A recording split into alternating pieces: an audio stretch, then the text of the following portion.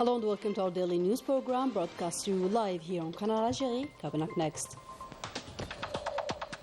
The Institute of Documentation, Evaluation and Forecasting of the Ministry of National Defense organizes a seminar in Algiers chaired by the Major General, Secretary General of the Ministry of National Defense.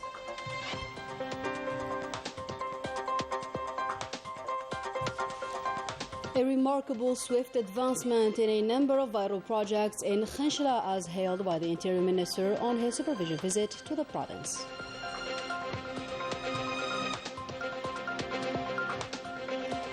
Rafah, the home to more than 1.5 million Palestinian refugees, is bombed by the Zionist forces, killing dozens of innocents, and further escalation could mean an unprecedented genocidal massacre. And in the Moroccan city of Tétouan, the citizens took to the streets to protest against the normalization of the Makhzen with the Zionist entity and show their support to the Palestinian people. Welcome again. Today's beginning is with the Minister of Foreign Affairs and National Community Abroad, Ahmed Attaf, who received today the President of the General Assembly of the Republic of Congo, Isidore Mvuba. The two parties reviewed the reality and perspectives of the historic bilateral relations between the two countries, as well as the African political, economic, and security latest developments. In other news, the Institute of Documentation, Evaluation and Forecasting of the Ministry of National Defense organized this Monday at the National Circle of the Army in Brimsous a seminar entitled Algeria, a Strategic Partner in African Cooperation. The opening ceremony was chaired by the Major General Mohammed Salah bin Bisha, Secretary General of the Ministry of National Defense. Rania al-Bahri, Tasasmar. The opening ceremony of this seminar was chaired by Major General Mohammed Saleh bin Bisha, Secretary General of the Ministry of National Defense, in the presence of force commanders, heads of departments, directors and heads of central services of the Ministry of National Defense and the General Staff of the National People's Army, General Secretaries of ministerial departments, presidents and directors of national organizations and universities, the Director of the Military Institute of Documentation, Evaluation and Foresight, alongside experts, specialists and university researchers, as well as military attaches accredited in Algeria. At the beginning, the Major General, Secretary General of the Ministry of National Defense, highlighted in his opening speech the role of Algeria in facing current challenges with a view to realize the aspirations of the continent's peoples in terms of development, prosperity and common well-being. Algeria's geographical position allows it to be a major and strategic actor to face these economic, diplomatic and security challenges in particular. It gives a pioneering role to defend the integration process for development in Africa within a framework integrated and unified. Moreover, Algeria's African choice is a long-term strategic choice in the shadow of global strategic alliances.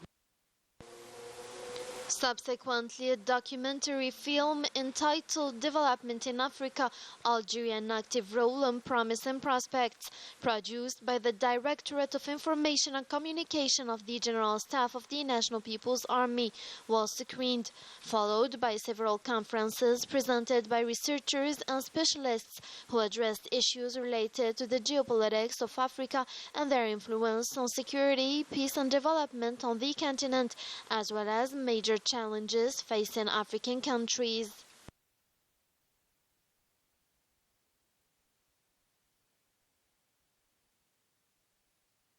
These conferences also highlighted the opportunities for cooperation and exchange between the countries of the continent, promoting the efforts made by Algeria to strengthen peace and stability and consolidate African cooperation.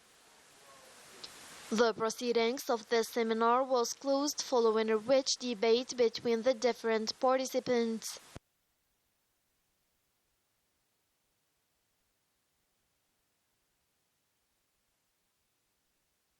In accordance with the development program approved by the President of the Republic for Khenchela province, a number of vital projects were supervised by the Minister of Interior, Brahim Murad, who hailed the speedy pace recorded in their completion process. Story by Najah Tayar.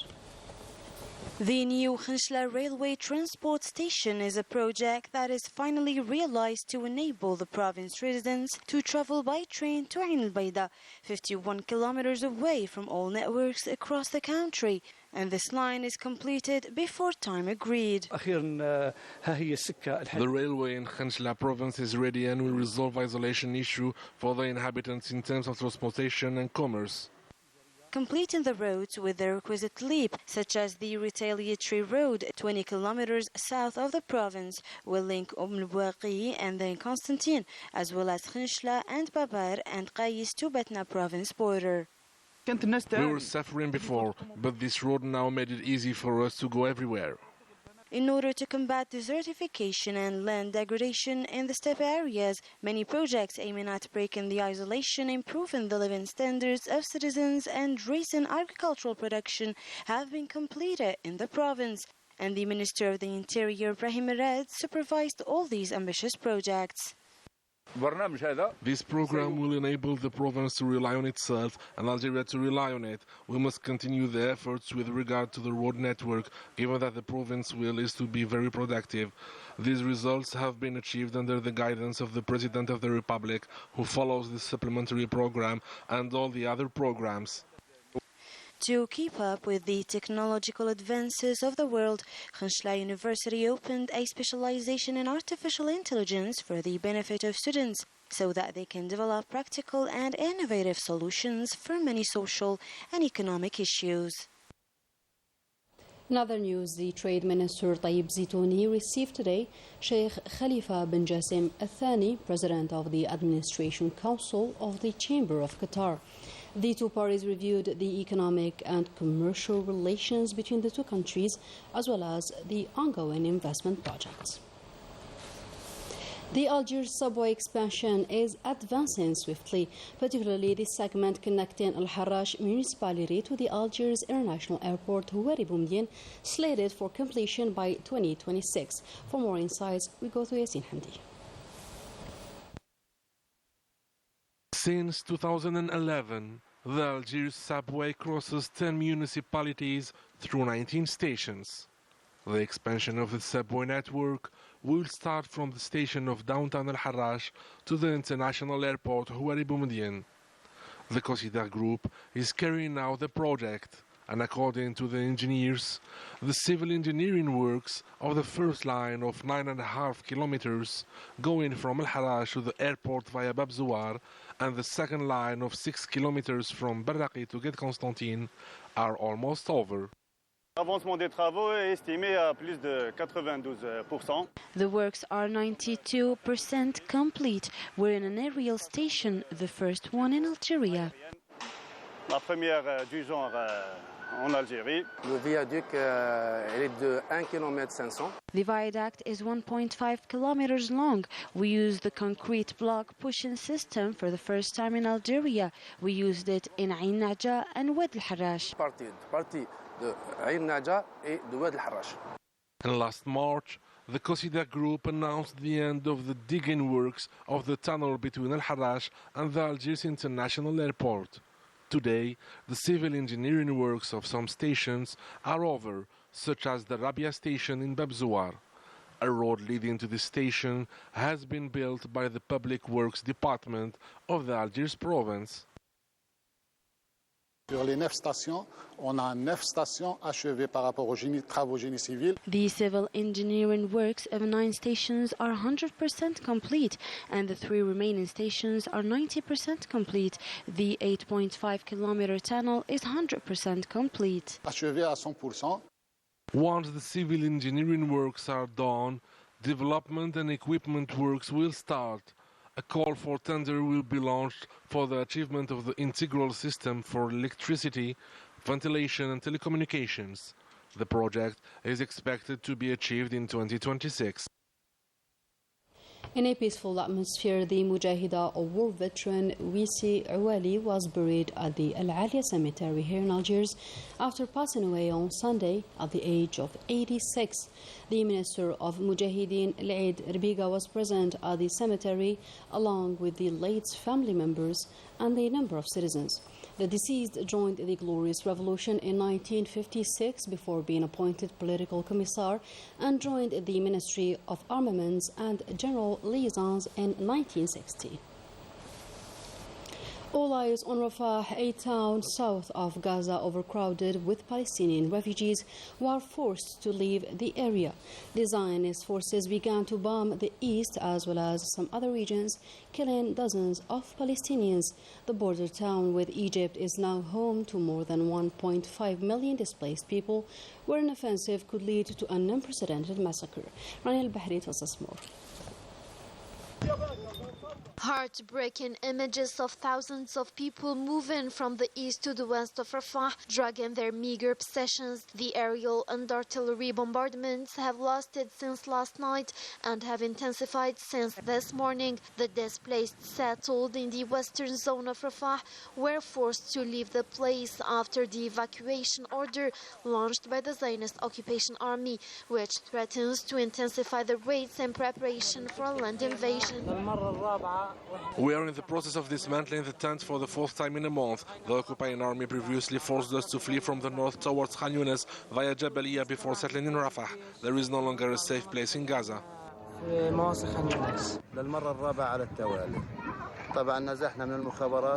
This is the fourth time in a row, and we still don't know where to go. No place is safe. May God help us. The UN High Commissioner for Human Rights has deemed the evacuation order given by the Zionists to the residents of the eastern city of Rafah inhumane, saying that it is contrary to the fundamental principles of international humanitarian law, and more than 600,000 children crowded in Rafah are threatened with a new imminent catastrophe. UNICEF calls not to forcibly move the hundreds of thousands of children injured, sick, malnourished, traumatized or disabled. The UN estimates that there are now around 1.2 million people refugees in Rafah, with almost half the population made up of children, many of whom have been displaced on several occasions and shelter in tents or precarious and unstable accommodation. This morning, 22 Palestinians were martyred, including 8 children, in the raids targeting 11 houses in Rafah, and the toll is likely to rise in the coming hours, with incessant bombings on the east of the city, as well as on the roads leading towards the west, targeting processions of fleeing displaced people. Still with the Palestinian file, Hamas has announced that it has accepted a proposal for a ceasefire in the Gaza Strip. The proposal was put forward during the latest negotiations under the aegis of Egypt and Qatar with the Zionist entity. In Morocco, the citizens of Tétouan raised against the normalization of the Makhzen with the Zionist entity. The protesters have once again flocked to the streets to show their support to the Palestinian people and call for the end of relations with the Zionist entity. Yassine Hamdi with more. The mobilization in support of the Palestinian cause continues in Morocco. After the call of the civil society, protests took place in several Moroccan cities, such as Tétouan. The Moroccans called to put an end to the ongoing genocide in Gaza with an immediate ceasefire and let the humanitarian aid enter the Palestinian enclave.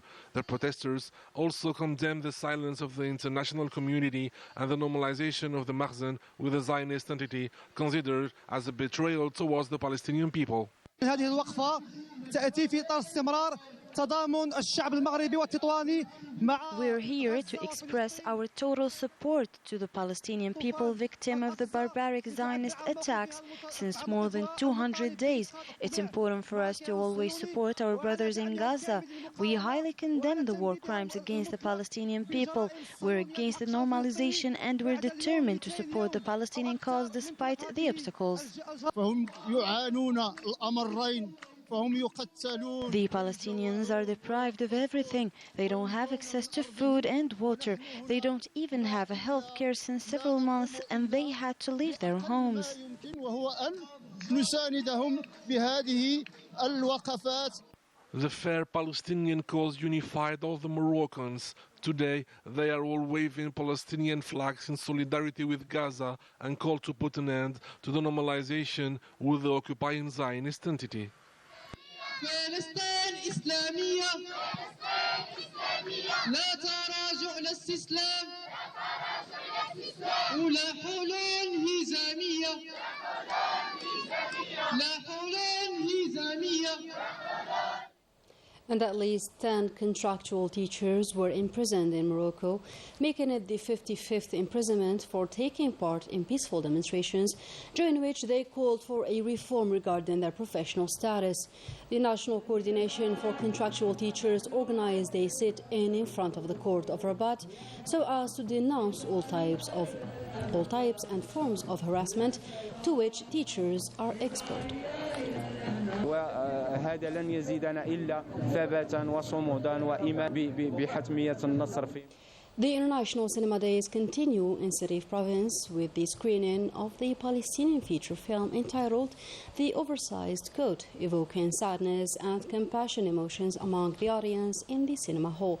Report by Hamid Rabouh, Teknaf by Najah Dayar. The opening ceremony of the 5th International Cinema Days in Slief took place, coinciding with the 79th commemoration of May 8, 1945 massacres. The second evening of this cultural event was marked by the projection of the film Mataf Kabir al-Hajm, directed by the Palestinian movie director Nowres Abu Salah. This is my first visit to Algeria and to Serif. I wanted to show this film in Algeria. Produced in 2013, the film has won awards at various festivals around the world. This film depicts the reality that Palestinians lived between the year 1987 to 2011, a period that has never been mentioned in cinematography. It is a letter addressed to the international opinion to ensure that the Palestinian cause is highlighted by the mass media. La question palestinienne soit mise en évidence par les mass médias, etc.